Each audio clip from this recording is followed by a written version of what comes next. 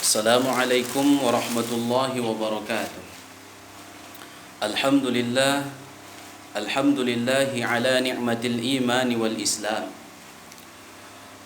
Ashhadu an la ilaha illallah wa ashhadu anna Muhammadan abduhu wa rasuluh alladzi la nabiyya ba'dah. Subhanaka la ilma lana illa ma 'allamtana innaka antal alimul hakim. Rabbi israh li sadri wa yassir li amri wahlul 'uqdatam min lisani yafqahu qawli. Wa qala ta'ala a'udzu billahi minasy syaithanir rajim. Bismillahirrahmanirrahim. Mathalul ladzina yunfikuna amwalahum fi sabilillahi كمثل حبة أنبتت 7 سنابل في كل سنبلة 100 حبة والله يضاعف لمن يشاء والله واسع عليم. Sadaqallahul azim. Yang terhormat pembina Yayasan SMP Abdul Rabb Islamic School, yaitu Ibu Dr. Susiana Tabrani MPD. Kemudian yang kami muliakan Ketua Yayasan SMP Abdul Rabb Islamic School, yaitu Bapak Ivan Tabrani MKes. Kemudian yang kami muliakan seluruh ustadz dan ustazah, seluruh wali murid dan seluruh murid-murid SMP Abdul Rabb Islamic School dimanapun berada. Bersyukur kita kepada Allah Subhanahu wa ta'ala dengan senantiasa mengucapkan Alhamdulillahi Rabbil Alamin. Susah senang, bahagia dan sengsara, kita tetap wajib bersyukur kepada Allah Subhanahu wa ta'ala. Kemudian bersalawat kepada Nabi sallallahu alaihi wasallam. Allahumma salli ala sayyidina Muhammad wa ala ali Muhammad. Assalamu alayka ya Rasulullah. Judul kultum yang akan Ustaz bawakan dalam kesempatan ini yang sudah ditentukan oleh sekolah kita, Ramadan, bulan berinfak. Apa itu infak? Infak itu sifatnya lebih ke materi atau benda. Ketika kita menyumbangkan sebahagian harta kita kepada fakir miskin, kepada anak yatim, kemudian ke tempat-tempat suci, misalnya masjid, musholah, madrasah dan sebagainya, maka itulah infak. Dan infak itu ada yang disebut dengan infak wajib. Apa itu? Ketika seorang suami memberikan nafkah kepada istrinya, maka sesungguhnya dia telah berinfak wajib. Makanya disebut dengan nafkah. Jadi sifat infak itu lebih ke materi atau benda. Sedangkan sedekah dia lebih umum. Makanya ada istilah dalam fikih, kullu ma'rufin sedekah. Setiap perbuatan yang baik maka itu sedekah. Misalnya ada orang kecelakaan di tengah jalan, kita tolong, kita antarkan ke rumah sakit, maka sesungguhnya pada saat itu kita telah bersedekah walaupun tidak mengeluarkan materi. Misalnya ada duri di tengah jalan, kita ambil, kita buang jauh-jauh, kita singkirkan. Atau misalnya paku kaca di tengah jalan, buang jauh-jauh, sesungguhnya kita telah bersedekah pada saat itu. Bahkan tabassumika fi wajhi akhika sedekah, senyummu kepada saudaramu, kepada saudarimu dalam kebaikan, ya, itu sungguhnya antum telah bersedekah. Jadi sedekah itu sifatnya lebih umum. Baik, Ramadan bulan berinfak. Kenapa Ramadan disebut bulan berinfak? Karena ketika kita berinfak di bulan yang sangat agung dan mulia ini, maka pahalanya akan dilipat gandakan oleh Allah Tabaraka wa Ta'ala.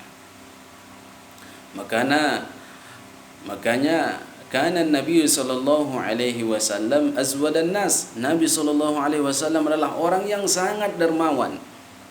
Wa kana azwada ma yakunu fi Ramadan. Dan Nabi lebih dermawan lagi ketika telah memasuki bulan yang sangat agung dan mulia ini, bulan Ramadan. Makanya disyariatkan dalam agama kita Kita dianjurkan ketika memasuki bulan Ramadan infaknya ditambah. Kalau misalnya di luar Ramadan kita sering berinfak 1.000, 2.000 ya kan, maka ketika memasuki bulan Ramadan infaknya ditambah. Baik. Kemudian Ustaz, nanti kalau awak berinfak harta awak berkurang dong, duit awak berkurang dong. Oh, jangan khawatir. Mana qasamalun bisadaqah. Sedekah berinfak tidak akan mengurangi harta kita, bal yazdad. Bahkan kalau kita berinfak bersedekah, maka infak dan sedekah itu akan menambah harta kita. Makanya Allah Subhanahu wa taala berfirman, alladzina yunfikuna amwalahum bil-laili wan-nahar sirran wa alaniyah.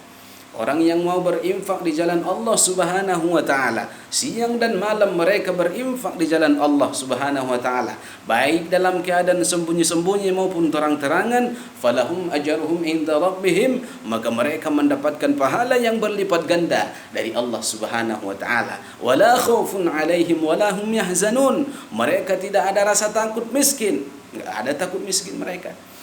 Wala hum yahzanun, dan mereka tidak pernah bersedih hati ketika membantu orang lain. Enggak pernah menyesal setelah membantu orang lain. Misalnya, oh tadi banyak kali yang saya berikan, enggak pernah. Mereka enggak takut miskin. Makanya ada sebuah riwayat bahwasanya Sayyidina Ali pernah bertanya kepada istrinya Fatimah Az-Zahra, wahai istriku, apakah hari ini engkau memasak? Apa kata istrinya? Maafkan saya wahai suamiku, hari ini saya enggak masak. Kenapa? Ditanya sama Ali. Karena enggak ada lagi yang mau dimasak. Duit belanjaannya sudah habis. Lagi pula duit belanjaannya kemarin wahai suamiku itu kurang sebenarnya. Tinggal 2 dirham lagi tuh yang saya simpan. Kalau engkau mau, belikanlah makanan untuk kita. Kata Sayyidina Ali, okelah, berangkat ke pasar. Pas di tengah jalan mau pulang ke rumah, tiba-tiba beliau diberhentikan sama tetangganya. Wahai Ali, mau ke mana? Ini saya mau bawa makanan ke rumah. Anak dan istri belum makan di rumah tuh. Kata tetangganya ini, wahai Ali, tolong saya Ali. Tolong keluarga saya Ali. Kenapa rupanya? Kata Sayyidina Ali. Istri saya di rumah sudah marah-marah. Anak-anak sudah pada nangis. Kenapa? Kami sudah 2 hari enggak makan-makan wahai Ali. Anak-anak itu di rumah menangis karena kelaparan wahai Ali. Tolong saya Ali. Maka di sini diuji keimanan Sayyidina Ali. Apakah beliau tetap mau berinfak dalam keadaan susah? Banyak disebutkan alladzina yunfikuna fis sarra wad dharra. Kita sebenarnya dituntut untuk terus berinfak baik dalam keadaan susah, apalagi pada saat keadaan lapang atau sedang bahagia. Di sini diuji keimanan Sayyidina Ali. Tapi apa yang beliau lakukan sangat menakjubkan. Itu makanan yang di tangannya enggak pikir panjang, langsung diberikan. Karena beliau berpikir orang ini lebih membutuhkan makanan ini daripada keluarga. Langsung diberikan. Habis itu balik ke rumah, pulang ke rumah. Tentu sampai di rumah ditanya sama anaknya Hasan Husain, ya kan, ayah mana makanannya? Begitu. Dilihat tangannya, rupanya kosong, enggak ada bawa makanan. Kemudian ditanya sama istri beliau, wahai suamiku, mana makanannya? Kata Sayyidina Ali, maafkan saya wahai istriku, makanan yang saya beli sudah saya berikan kepada orang lain, sudah saya berikan kepada Allah Subhanahu wa taala. Dalam artian diberikan di jalan Allah Subhanahu wa taala. Apa kata istrinya sambil menangis, ya, dihapus air mata sambil tersenyum, wahai suamiku, kalau memang makanan itu sudah diberikan kepada orang lain, maka saya dukung sikapmu itu wahai suamiku. Maka mereka pun saling berpelukan, ya kan. Memang sedih kalau kita miskin itu enggak ada harta itu. Habis itu Sayyidina Ali pun berkata, wahai istriku, izinkan saya pergi ke rumah Rasul. Mana tahu di sana masih ada sisa-sisa makanan beliau. Kata istrinya, oke, baiklah wahai suamiku. Berangkat, di tengah jalan nih, beliau diberhentikan lagi oleh seorang badui. Wahai Ali, mau kemana? Ini saya mau ke rumah Rasul. Ini ada onta. tolonglah beli wahai Ali. Aku ini lagi susah wahai saudaraku. Satu hari ini kami belum ada makan lagi. Awak, istri awak dan anak-anak awak belum ada makan lagi. Kamu suruh pula mau beli onta. Mana ada duit aku, saudaraku? Itu jangan dipikirkan dulu. Jangan dipikirkan dulu ke situ. Yang penting kamu jual dulu ontanya ini. Kalau udah laku baru kasih duitnya sama awak. Kata orang Badui tadi. Emangnya berapa sama kamu? Saya mau jual nih sama kamu 100 dirham aja. Kalau misalnya onta ini laku 150 dirham atau 200 dirham, udah ambil aja semua. Yang penting sama aku 100 dirham. Tentu Sayyidina Ali pun heran. Kenapa enggak kamu aja yang jual rupanya? Aku ini orang Badui, wahai Ali. Orang pelosokan. Pelosokan Madinah saya ini, wahai Ali. Bahasanya kasar, sikapnya kasar. Saya jualan payah, Ali. Jadi kalau kita memang bahasanya kasar, sikapnya kasar, bagus nggak usah jualan. Misalnya orang nanya nih, mas, ada apa? Ini HP-nya berapa harganya? 500.000. Mas, nggak bisa 300.000. Kepala otak kau, mana dapat HP sekarang 300.000? Apalah, memang nggak ada otak kau kalau ngomong. Udah kalau kau nggak ada duit, udah pergi aja dari sini. Muak pula aku nengok wajahmu nanti. Nah, kalau kayak gini sikap kita, bagus kita nggak usah jualan. Misalnya orang mau beli baju sama kita, tentu dipilih-pilih dulu ya kan, mana yang bagus baru diambil, kemudian baru dibeli kalau udah cocok. Kalau misalnya orang berkata, maaf mas, nggak bisa dibeli. Kenapa? Gak ada yang cocok. Kamu ini memang nggak ada otak kau ini ya. Sudah kamu acak-acak tuh, udah kamu serak-serak, nggak jadi pula kamu beli. Apalah, udah pergi sana. Kalau kayak gitu sikap kita berjualan, bagus kita nggak usah berjualan. Kalau berjualan itu sikapnya harus lemah lembut. Silakan masuk bang, mas, pak, bunda, ada yang bisa kami bantu? Begitu. Aku ini orang Badui, wahai Ali. Jadi masuk akal juga dalam fikiran Sayyidina Ali. Oke lah kalau gitu. Berangkat Sayyidina Ali. Sampai di pasar, pas sampai datang pula orang yang bertanya, wahai Ali, ini ontanya bagus sekali, gemuk kali, bersih sekali. Dijual nih. Iya, kebetulan ini mau dijual. Berapa harganya? 300 dirham. Wow, murah kali. 500 dirham lah. Ditawar ke atas pula. Tawarannya ke atas bukan ke bawah. Enggak, 300 dirham aja. Serius nih? Iya, serius. Udah, saya beli ya? Iya. Udah, sah jual beli. Dicari-cari orang yang punya onta, enggak ketemu. Yang 100 dirham dikantongi dulu, simpan dulu. Sisanya dibelikan makanan, dibawa ke rumah.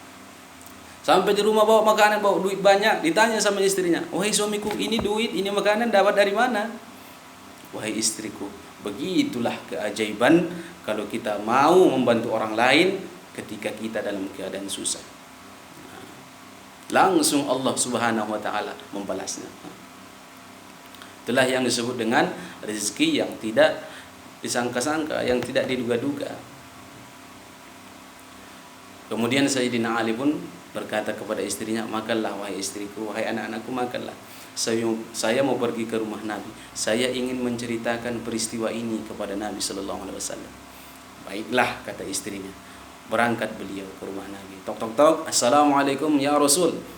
Waalaikumsalam. Siapa? Saya Ali. Wahai Ali, silakan masuk, kata Nabi sallallahu alaihi wasallam. Selamat Ali, kata Allah Subhanahu wa taala. Selamat apanya wahai Rasulullah? Bukankah engkau barusan membantu orang lain? Kok tahu ya Rasul? Ketahuilah wahai Ali, ketika engkau memberikan makanan itu kepada tetanggamu yang sangat susah itu, maka seluruh malaikat takjub melihat sikapmu. Akhirnya seluruh malaikat berdoa memohon kepada Allah Subhanahu wa taala supaya Allah Subhanahu wa taala membalas langsung makanan yang engkau berikan kepada tetanggamu itu. Makanya disebutkan kalau kita mau berinfak 1.000 rupiah, maka Allah Subhanahu wa taala akan membalasnya menjadi 7.000 rupiah. Yang 7.000 rupiah dilipat gandakan lagi oleh Allah Subhanahu wa taala menjadi 100.000 rupiah. Itulah ayatnya yang Ustaz bacakan di awal mukadimah tadi. Makanya kalau berinfak itu jangan ragu-ragu. Yabda Adam umfik alaik, kata Allah Subhanahu wa taala dalam hadis qudsiynya. Wahai anak Adam, berinfaklah, niscaya aku akan berinfak kepadamu. Dalam artian, bantulah orang lain, niscaya aku akan membantumu, kata Allah Subhanahu wa taala. Ustaz, duit awak enggak seberapa, Ustaz. Kemudian jajan awak pun enggak seberapa. Gimana caranya awak berinfak, Ustaz? Caranya gampang aja. Misalnya jalan-jalan sore nih ya.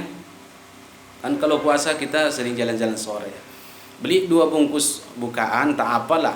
Antar 1 bungkus ke masjid, 1 bawa ke rumah. Begitu caranya. Kalau berinfak itu kita enggak dituntut harus banyak baru diterima oleh Allah Subhanahu wa taala. Enggak. Makanya di zaman Nabi sallallahu alaihi wasallam pernah memerintahkan para sahabat, "Wahai seluruh sahabatku, berinfaklah, berinfaklah." Maka ada yang menyumbang 1 dirham, ada yang menyumbang 1000 dirham. Tapi Nabi malah berkata, "Hari ini 1 dirham telah mengalahkan 1000 dirham." Maksudnya apa ya Rasul, ditanya para sahabat. Ketahuilah, orang yang berinfak 1 dirham tinggal itu lagi duitnya. 1 dirham itu lagi duitnya. Dia masih berani berinfak. Sementara orang yang berinfak 1000 dirham tuh tabungannya masih banyak di rumah, jutaan dirham masih ada simpanannya. Sementara dia tinggal 1 dirham, tapi dia masih berani berinfak di jalan Allah Subhanahu wa taala. Makanya hari ini 1 dirham lebih diutamakan oleh Allah Subhanahu wa taala dibandingkan yang 1000 dirham. Jadi infak itu enggak dituntut harus banyak-banyak. Begitu caranya. Dan kemudian kita harus berinfak kepada siapa? Yang pertama kepada kedua orang tua. Falil walidain, kepada kedua orang tua. Banyak orang sekarang kepada orang lain dia dermawan, tiba sama orang tuanya dia perhitungan kali. Pulang kampung dia berani enggak bawa apa-apa. Banyak orang seperti ini. Ya, pulang kampung setelah mau balik ke tempatnya atau ke misalnya ke Pekanbaru, enggak meninggalkan apa-apa pula kepada kedua orang tuanya. Ini enggak betul. Kemudian kepada siapa lagi? Ya, kepada kerabat kita, wal aqrabin. Aqrabin di sini termasuk adik, kakak, abang, kakek, pokoknya keluarga kita lah. Ini kadang-kadang orang sering ditraktir, tetangganya sering dikasih duit. Tiba adiknya yang minta, "Bang, minta dulu duit, Bang. Kamu ini baru kemarin dikasih, sekarang udah minta pula." Nah, sama orang lain dia nggak pernah perhitungan. Misalnya dia lagi lagi makan bareng sama kawan-kawannya. Bro, aku ajarin dulu yang baik. Enggak usah, katanya. Enggak usah, ini masih banyak duitnya. Udah makan aja yang banyak, nanti saya bayar. Tiba adiknya yang minta, "Bang, minta dulu duit, Bang. 10.000 aja, Bang." Kamu ini memang minta-minta aja. Sama keluarganya dia sangat perhitungan. Sebetulnya enggak.